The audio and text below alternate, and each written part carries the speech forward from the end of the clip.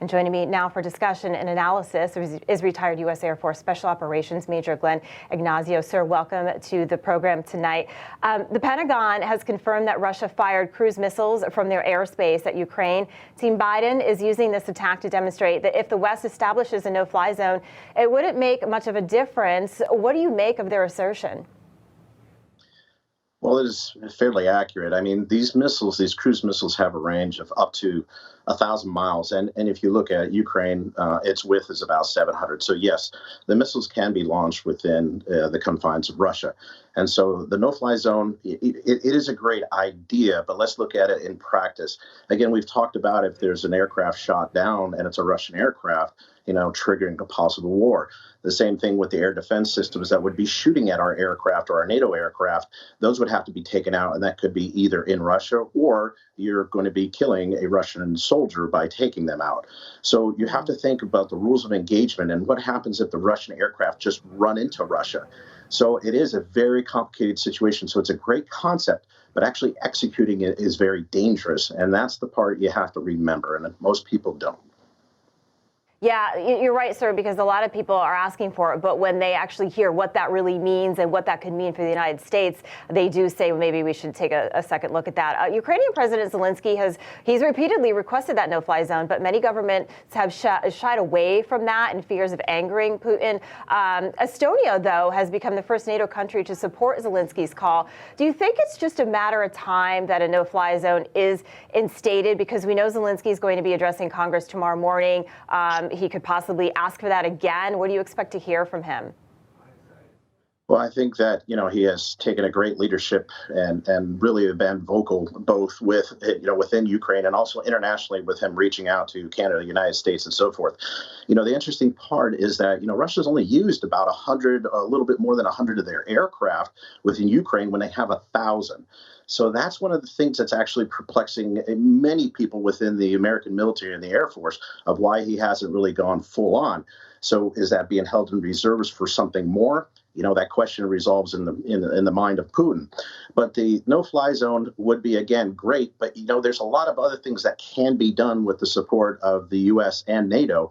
And looking at, is there more of an impact if we did something on the ground? I'm not talking about committing particular NATO troops, but what else can we do to really bolster up Ukraine, the Ukrainian military, and give them as much protection as possible? That's what really needs to be discussed in a very tactical way to give them the strength that they need and the defenses that they need. And of course, as your preamble was perfect, the president of the United States has been silent. And even if you go back to the conflict in Kosovo many years ago, and in all my history in the military with various presidents, they've always been in front, leading, vocal, and engaged. And that's something that really needs to happen here. Yeah, you're right. Always a step behind, it seems that we are. So NATO, sir, has begun conducting massive scale drills in Norway, less than 200 miles from the Russian border. These drills, they're held every 2 years, but how significant are they right now?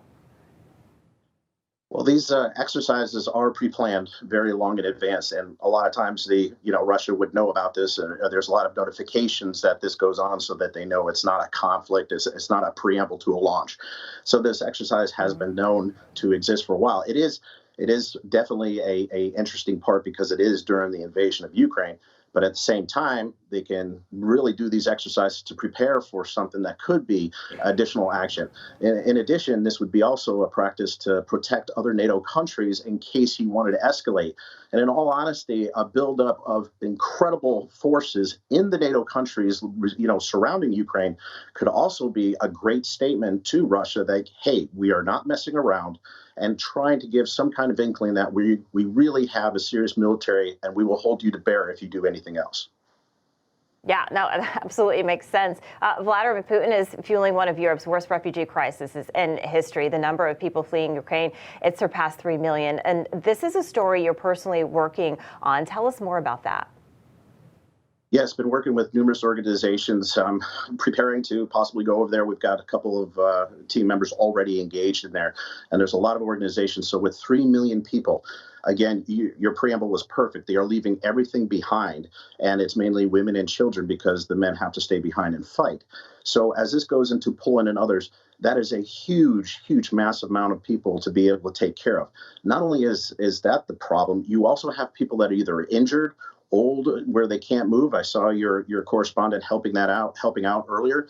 And at the same time, if they've been injured, if they're ambulatory or non-ambulatory, can they move in themselves? So a lot of these volunteer forces, which were prior military or retired military folks, are actually going in and helping them out. It's actually not very different than what we saw in Afghanistan. And honestly, the State Department's not really helping that much as well. But yes, these individuals are really people of action that are making a difference, and they need to be supported as well to make sure they have supplies to help out the Ukrainian people. Absolutely. If it wasn't for folks like them, then people may not be able to get out. I want to talk to you quickly about. I've spoken to members of the Ukrainian parliament, and they obviously they want that no-fly zone, but they say we need supplies, we need weapons, but they really need those planes. They're saying those MiG-29s. I know the reason why President Biden says we should not, they shouldn't get these, but is there a solution? Because we know Russia, they're very strong when it comes to the air.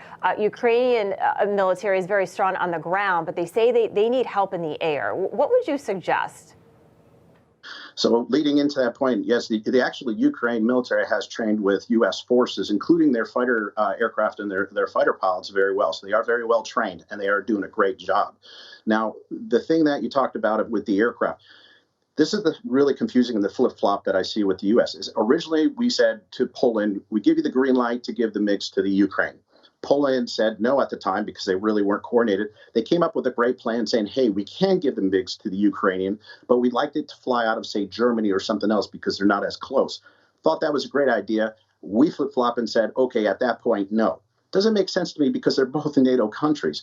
Giving those MiGs to Ukraine would be fantastic because they're the ones that would be fighting with those aircraft. We're already giving them missiles and so forth to use. So those are lethal, equipment, lethal missiles to be able to take action on the Russians. So what's the difference if it's aircraft? I don't understand why that should be held up, and press forward would be the best thing to help them.